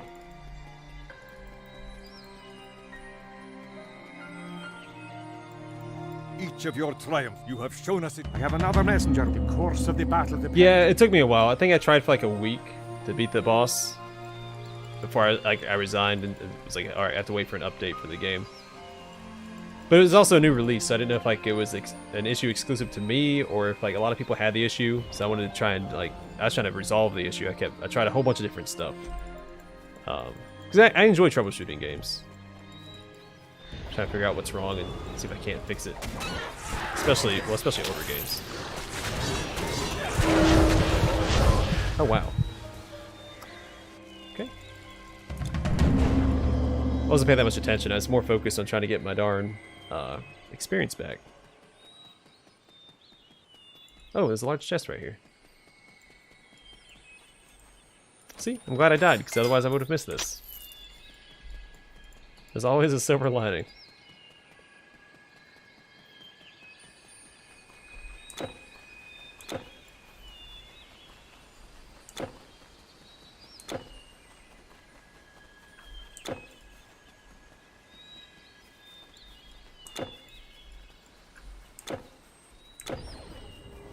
Yeah, I mean, I was a little upset because it was like the last episode of a Let's Play I was doing.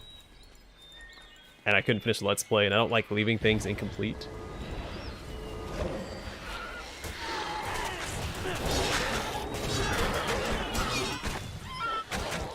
It was one of those things, just out of my hands. There's nothing I can do about it, so.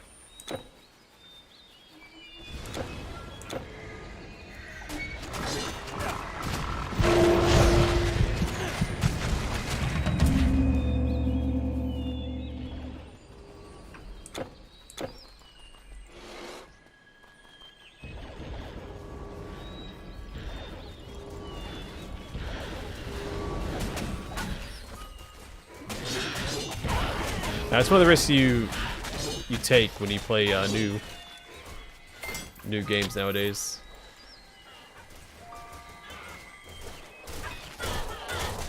There's a chance you might come across a bug that you just can't get past, and it might never be fixed either. I mean, it usually is, but you never know. Usually necessary. Especially if it's an indie title. Ironic that I was. If the game doesn't sell well, there's no guarantee that the developers will come back and fix it. They might not be able to afford to.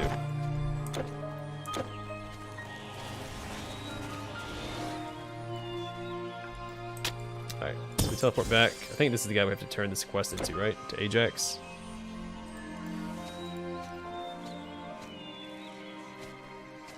Yeah.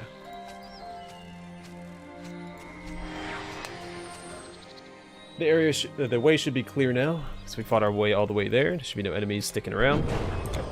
Also, what about the siege one? Speak with... Where's he at? Wait, we need to talk to that guy, don't we?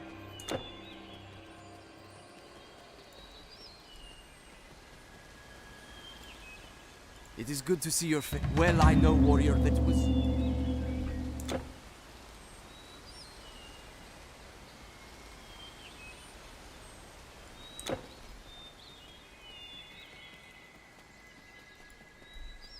Yeah, a lot of day one patches and stuff like that. It's the new norm. I don't think there's gonna be any changing it, so. You have enabled us. The greater they are, the larger the At least that crash means the they game's make usually as gonna they get fall. support, Your you know, prowess will beyond be retold release, for all which eternity. is its own silver lining. I just don't need these. Let me throw them on the ground. I don't need that crap. I really don't need this either. Why did I hold on to this?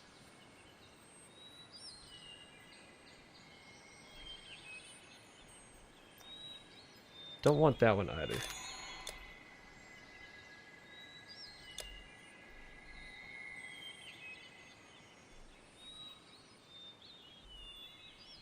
Alright, so I have the one that I still really want to use. There we go. Something like that. The course of the battle. The course of the battle. But I don't know. I still like supporting indie developers, even if like it, you know, if there's a few bugs, whatever. Because it's usually smaller teams or amateur teams. I love playing games that are developed by one person, because I mean that's a huge undertaking, regardless. I love seeing those finished products that a single person worked on. That's just I don't know, super impressive to me.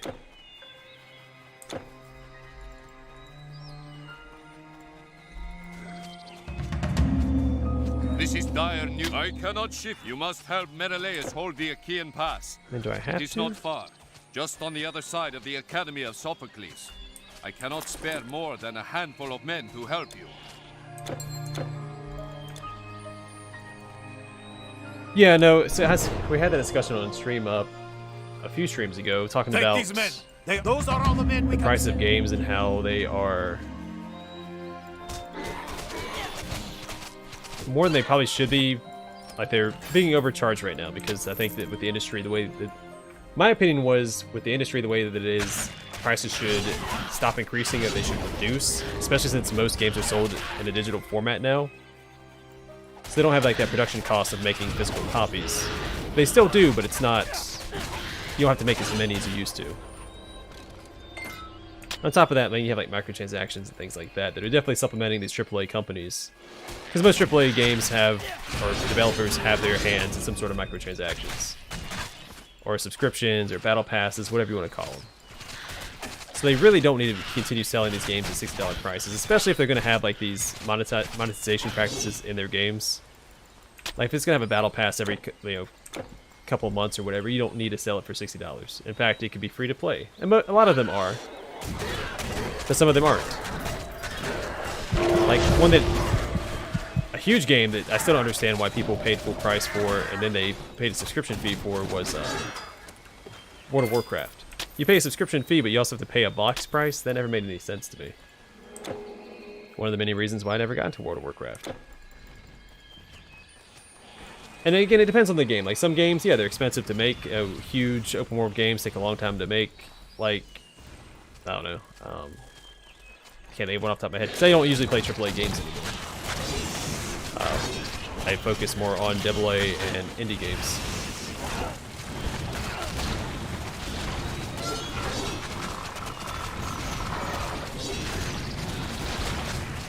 Cyberpunk. So Cyberpunk's a good example. That one took a long time to make, right? I know it launched in a not a great state, but besides the point, it took a long time to make. I understand that was released at a $60 price point because of the time investment, which also means there was a monetary investment.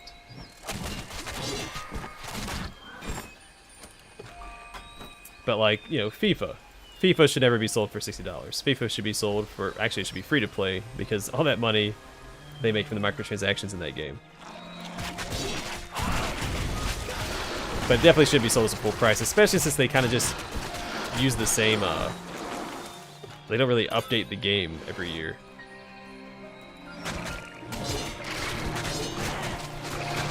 It's not like a new engine or anything, so why charge full price for a game that's not, it's not like a full new game, if that makes sense.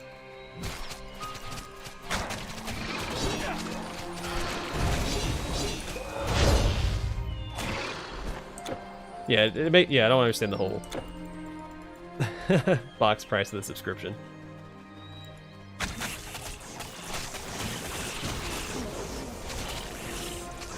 It's a weird business practice.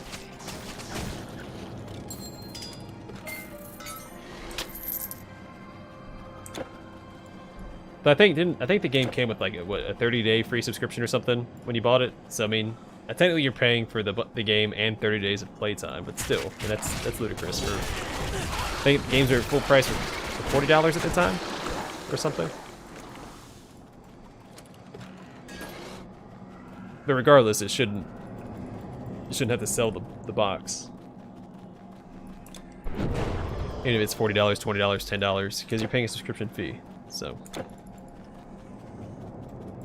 I'm sure they have some sort of justification for it, but I'm not buying it. Literally and figuratively. Is this really just a dead end? I feel like there's more in here to explore.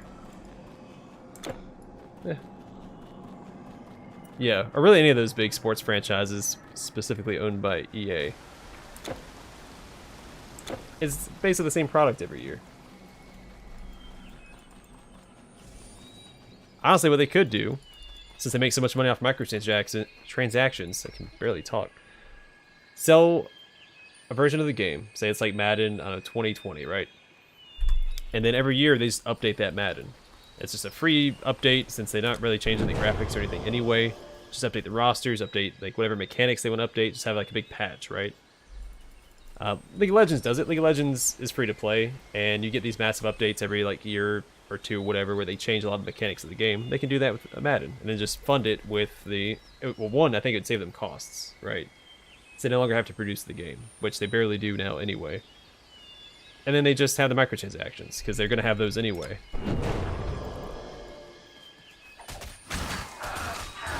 In fact, you probably make more money off microtransactions if you did that, so hopefully EA's not watching. Because some people can't buy the game every year. But if you just update the game so they get like the newest version, so they keep spending money on the store. Ugh, EA, don't watch this. It's a terrible idea.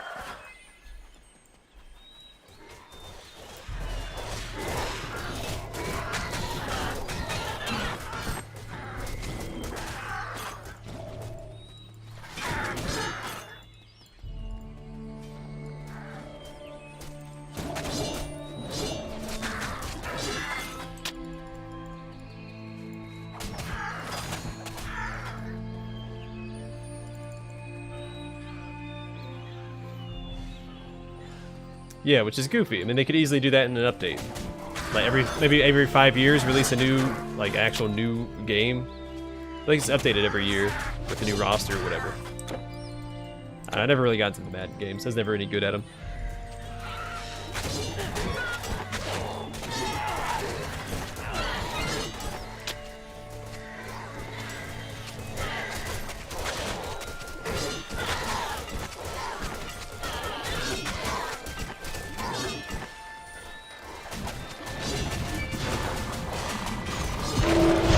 Oh crap.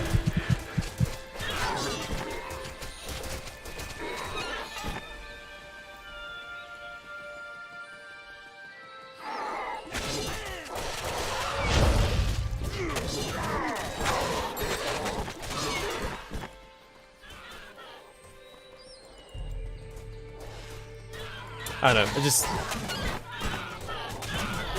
in-game purchases have just become super, like, obtuse lately, and it's absurd. It's like, game companies want all of the money. It's alright, once you have all the money, what's gonna happen? No one can buy your products anymore.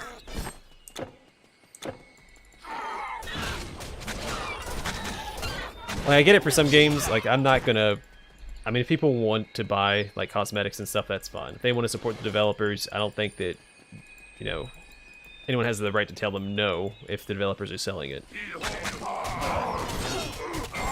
Now, incomplete games and some DLC just are, I don't know, some DLC are dumb. Like, you know, Horse Armor, which probably started it all.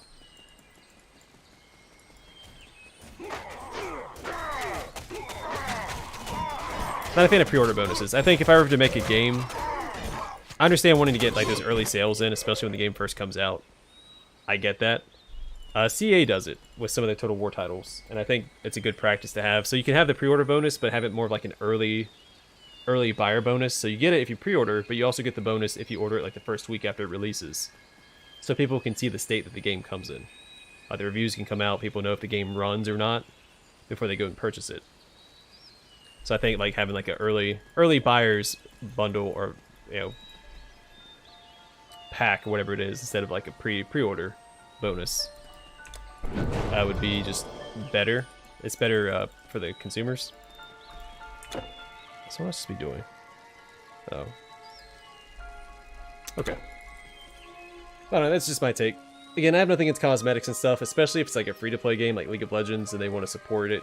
I know their prices have gone up since the game released and stuff like that. Like there's still complaints to be had because a corporation is going to corporate, right? They care about profits, but I think that there is a line there where I don't think that it really hurts the consumer, and you know there's a line that they can cross, but I don't think now's not the conversation, and now's not the time to have that conversation.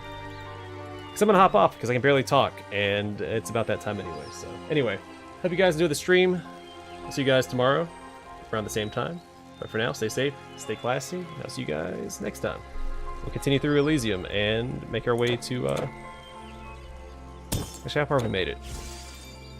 Oh shoot, we're almost done with the expansion, because I think we go through Elysium, we enter the battlefield between Elysium and Hades itself, and then we enter Hades' domain, which I think has like a couple levels through a prison or something. So, anyway, take care everybody. I'll see you guys in the next one.